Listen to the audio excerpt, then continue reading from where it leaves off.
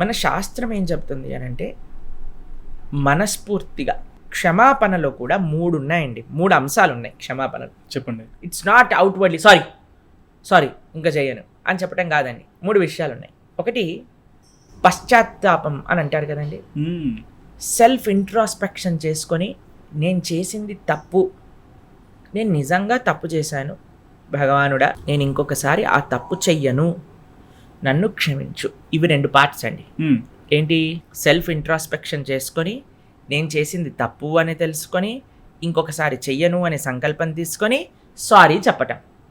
Sorry చెప్పటం ఒక part, self introspection ఒక పార్ట్. 2 పార్ట్స్ అయిపోయాయి. 3వది ఆ తప్పుని మళ్ళీ రిపీట్ చేయకుండా ఉండటం. ఎప్పటి వరకైతే మనం ఆ తప్పుని రిపీట్ చేయకుండా ఉంటామో అప్పుడే నిజమైన సారీ అడిగినట్టండి మనం.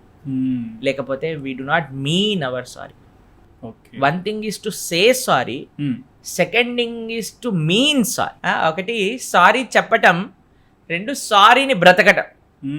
సారీని బ్రతకటము అని అంటే మళ్ళీ మనం చేసిన తప్పు చేయకుండా ఉండటం.